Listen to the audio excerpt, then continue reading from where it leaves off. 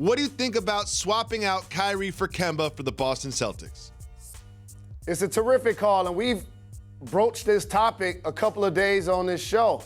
And we compared going to the Dallas Mavs and playing with Luka and Kristaps versus going to the Celtics. You picked Dallas, I picked Boston. And the reason why I think it works a lot better, first off, I like how Kemba just stayed low and kept firing. He did his appearance in Charlotte. Oh, yeah, I'll take less money, no problem at all. Give them whatever they need to build out the roster. I love it here so very much. But then quietly, he about to bounce.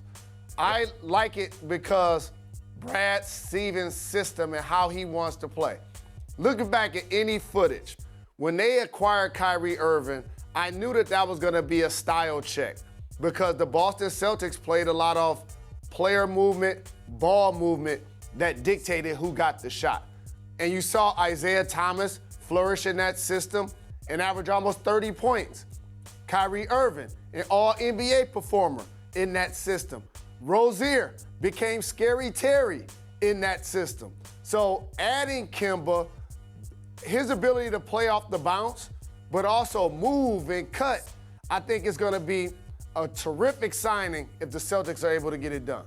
So there's one angle of this that I find really interesting. You did mention that he came out and said, I will take less money to stay here in Charlotte. I will take less. But apparently what's going on behind the scenes is Michael Jordan is not giving him enough money. There's a gap between what Michael Jordan and the Charlotte Hornets are offering and what Kemba's willing to take, which has kind of forced him to go somewhere else. What do you think about the Hornets not really giving Kemba what he wants to stay? Not smart. I remember when Michael Jeffrey Jordan became the owner of Charlotte. Initially, he was 50% with Bob Johnson. They were the Bobcats, now they're the Hornets again. A lot of people just felt because of his celebrity, and so many of us idolize the greatness of Michael Jordan on and off the floor, that players would just blindly go sign and play with the team that he owned. Well, that has not happened. And now all of a sudden you have a homegrown guy that you drafted, becomes an all-NBA performer, and you're not gonna do what you can to retain him. If this becomes what ends up driving Kemba Walker to leave the Charlotte Hornets franchise, it's gonna be few and far between their ability to recruit high-level free agents moving forward. Well, I also want to talk to you about what the Celtics, I mean, we all look at this like, all right, you take out Kyrie, you put in Kemba, but it's more complicated than that. In order to have enough room to sign Kemba, you don't just lose Kyrie. You lose Horford, you lose Morris, you lose Scary Terry. Do you think that the Celtics will still be formidable in the Eastern Conference with that sort of a depletion of talent? Well, I don't want to take away from what Al Horford meant to that team.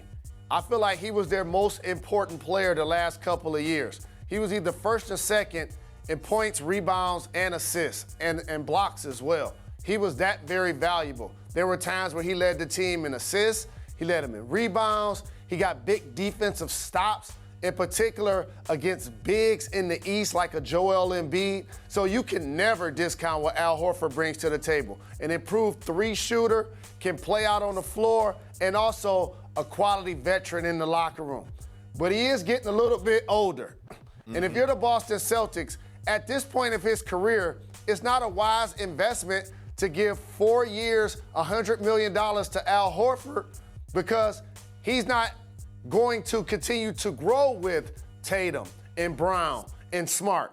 So from that perspective, I feel like they will be in the market and they will be able to acquire some bigs to fill out their starting lineup, to play quality rotation minutes, probably not to the effect of Al Horford over the last couple of years, but I think they'll be okay. The other thing you can't discount about the Celtics, they're gonna get Gordon Hayward back. And I know y'all saw him play basketball last year, but the injury that he had, it normally takes you a season to go back to being the player that you were. So now all of a sudden, if you have Kemba Walker, Gordon Hayward, along with Jason Tatum and Jaylen Brown, with Marcus Smart, oh man, that's as formidable as it gets, in particular in the Eastern Conference when you talk about perimeter teams and how those 5 or 6 players are going to be just as valuable as any other squad that they face. Thanks for watching ESPN on YouTube.